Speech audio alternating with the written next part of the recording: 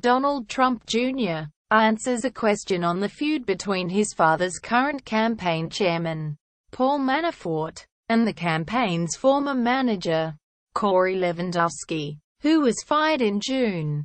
Photo. Andy Davey. The New York Times reported it is not clear if Manafort actually received any of the money designated for him from 2007 to 2012 while working as a consultant for pro-Russian former President Viktor Yanukovych's party, via at Magex. At Paul Manafort's statement responding to the New York Times story. Pic. Twitter.com /ZHRZAPBX5. Manafort issued a statement vehemently denying any wrongdoing. The suggestion that I accepted cash payments is unfounded, nonsensical and silly, the statement says. According to NBC News, Manafort's name appears 22 times in 400 pages of handwritten Cyrillic taken from ledgers found at the headquarters of Yanukovych's Regions Party. The Times said, the article includes a scan of one of the pages.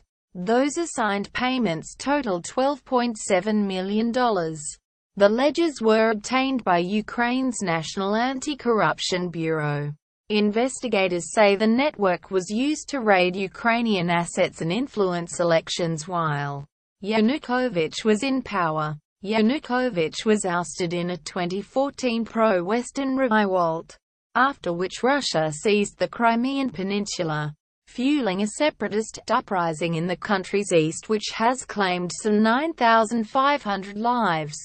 The Times said investigators are also probing a group of offshore companies that helped people close to him finance lavish lifestyles. The Failing at Night Times talks about anonymous sources and meetings that never happened.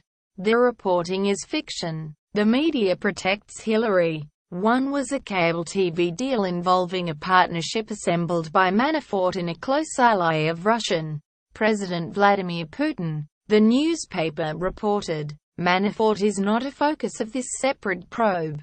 But the Times said it was clear that shady things were happening in Ukraine at the time and Manafort must have known this. He understood what was happening in Ukraine. Quote, Vitaly Kasko, a former senior official with the General Prosecutor's Office in Kiev, said, it would have to be clear to any reasonable person that the Yanukovych clan, when it came to power, was engaged in corruption. In his statement on Monday, Manafort attacked the Times.